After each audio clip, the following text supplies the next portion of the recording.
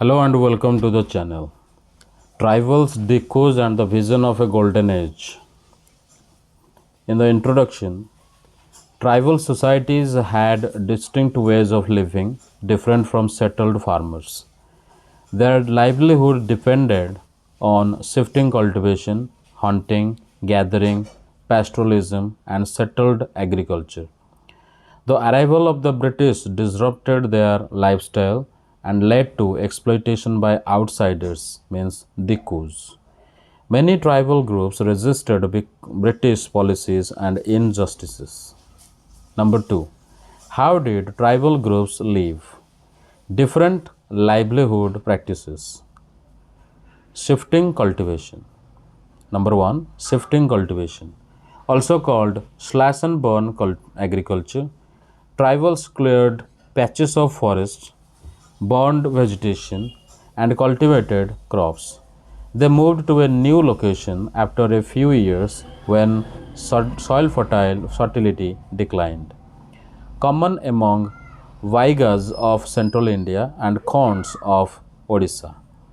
British disapproval made tax collection difficult, considered harmful to forest and banned it in many regions. Number 2. Hunting and forest gathering. Some tribes, such as the Khonds of Odisha, survived by hunting animals and gathering forest products like fruits, roots, medicinal herbs. Tribals sold forest products in local markets. British restrictions. British imposed laws banning hunting. Tribals were labeled as criminals if they hunted without permission. The British allowed only some people, like zamindars, to hunt. Number 3. Animal rearing and pastoralism. Some tribes were pastoralists who herded cattle, goats, and sheep. Example, Gaddis of Himalayas and Banjaras of Rajasthan. The British imposed taxes on grazing and restricted their movement. Number 4. Settled cultivation. Some tribes practiced settled cultivation like the Santals and Mundas. They grew rice, millets, and maize on fixed plots of land. Problems. Many tribals lost their land due to moneylenders and landlords. British introduced land revenue policies that favored landlords. Number 3. How did colonial rule affect the tribals? British forest laws and restrictions. British introduced forest laws classifying forest as reserved forest, means no tribal activity allowed, and protected forest, limited access for tribals. Effects on tribals. Tribals lost access to firewood, food, and raw materials. They had to pay for forest produce that was once free. Many were forced to work as laborers in government plantations. Number B. Exploitation by traders and moneylenders, means Dikus. Dikus means outsiders, included moneylenders, traders, landlords, and British officials. Tribals fell into debt because moneylenders charged high interest rates. Land was taken away when tribals couldn't repay loans. For example, Mundas lost their land to Dikus and became landless laborers. Number C. The search for work. Tribals as laborers. Tribals were forced to migrate in search of work. Many worked in tea plantations of Assam, coal mines of Jharkhand, and Jharia Raniganj mines. Harsh working conditions. Workers were paid low wages. Contractors trapped tribals in bonded labor. Work in coal mines was dangerous. In the 1920s, 2,000 workers died every year. Number 4. Tribal revolts against exploitation. Major tribal rebellions: Coal Rebellion 1831 to 32, revolt against land encroachment by landlords. Santal Rebellion 1855, led by Sidhu and Kanhu against moneylenders and landlords. Bastar Rebellion 1910, against British land policies. Warli Revolt 1940, against forced labor and landlords in Maharashtra.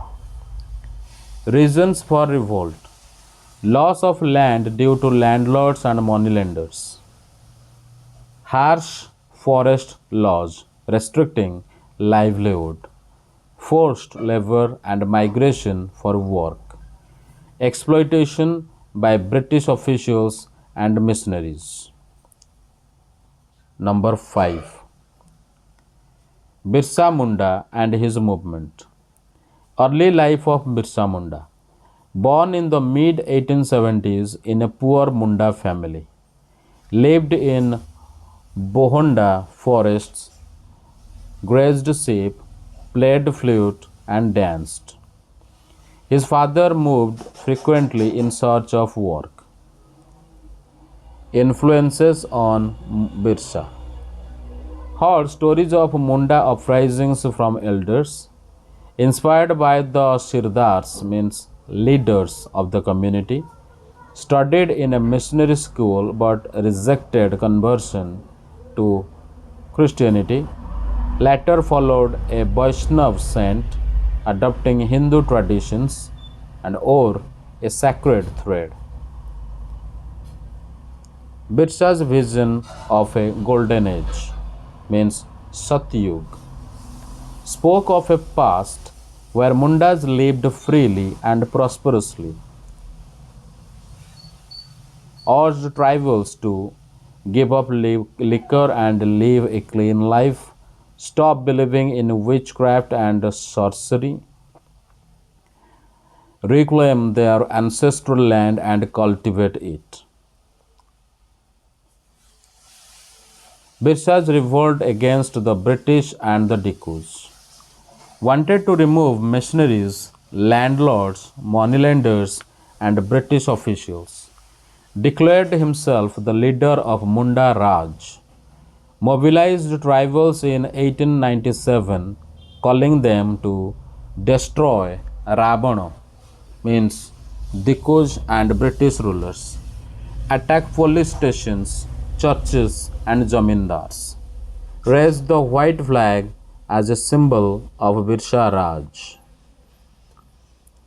British response and the end of the movement. 1895, Birsa was arrested and jailed for 2 years. 1897, released, he continued mobilizing tribals. 1900, Birsa died of cholera in jail. After his death, the movement weakened. Impact of the Birsa movement. British introduced laws to protect tribal land. Tribals proved they could resist injustice. Inspired future movements for tribal rights. Number 6. Conclusion. British rule disrupted tribal life through forest laws, land policies, and forced labor. Tribals resisted in various rebellions, expressing their anger against exploitation. Birsa Munda's movement was significant in demanding tribal rights and self rule. Today, many tribal communities continue to fight for land and cultural rights.